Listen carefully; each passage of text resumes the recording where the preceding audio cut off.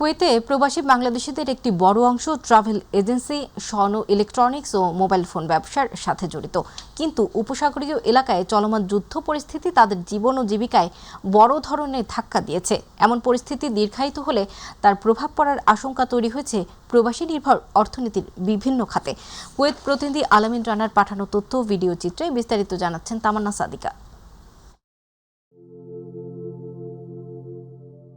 ইরানে মার্কিন ইসরায়েলীয় যৌথ আগ্রাসনে যুদ্ধ ছড়িয়ে পড়েছে পুরো পারস্য উপসাগরীয় অঞ্চলে। চলমান যুদ্ধ ও অস্থিরতার কারণে অর্থনৈতিক চাপে পড়েছেন কুয়েতে প্রবাসী বাংলাদেশিরা। যুদ্ধের কারণে বিশ্ব স্বর্ণের বাজারে অনিশ্চয়তা দেখা দিয়েছে। বাংলাদেশিদের পরিচালিত স্বর্ণের বাজারেও দাম ওঠানামা করছে, যা কুয়েতের বাজারেও প্রতিফলিত হচ্ছে। আগে সোনা রূপার দোকানে অনেক কাস্টমার আসতো, নতুন কইরা স্বর্ণ গালায়া নতুন কইরা বানায়া নিত।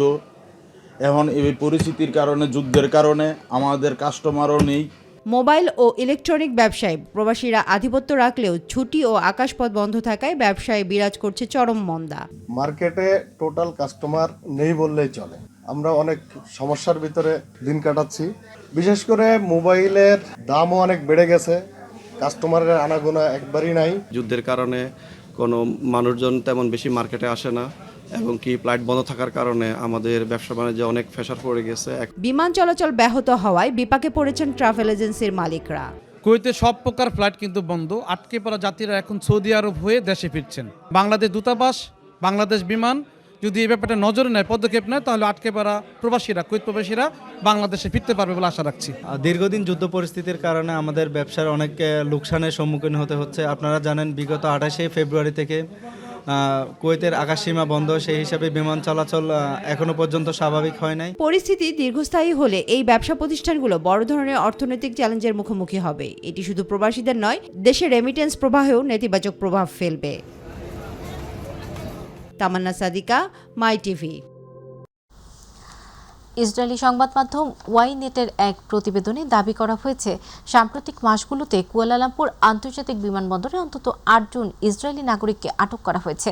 প্রতিনিধি আশরাফুল মামুন জানান, এদের মধ্যে কারো কারো দ্বৈত নাগরিকত্ব থাকলেও অন্যরা কেবল ইসরায়েলি পাসপোর্ট ব্যবহার করে মালয়েশিয়ায় প্রবেশ বা ট্রানজিট নেওয়ার চেষ্টা করেছিলেন। মালয়েশিয়ার সাথে ইসরায়েলের কোনো কূটনৈতিক সম্পর্ক না থাকা সত্ত্বেও তারা এই রুট ব্যবহার করেন। তবে আটককৃতদের নাম, ছবি প্রকাশ করা হয়নি। প্রতিবেদনে উল্লেখ করা হয়, ফিলিপাইন যাওয়ার পথে ট্রানজিটে থাকা 4 তরুণ ইসরায়েলিকে আটক করা হয়। তাদের মধ্যে 2 জন নারী ছিলেন, যারা কেবল হিব্রু ভাষায় কথা বলতে পারেন।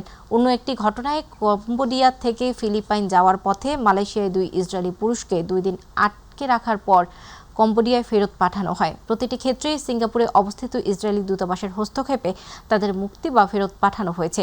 এই ঘটনার পর ইসরায়েলি রাষ্ট্রদূত এলিয়ানো ভার্ট হাজান নাগরিকদের মালয়েশিয়া ভ্রমণে কঠোর সতর্কতা জারি করেছেন।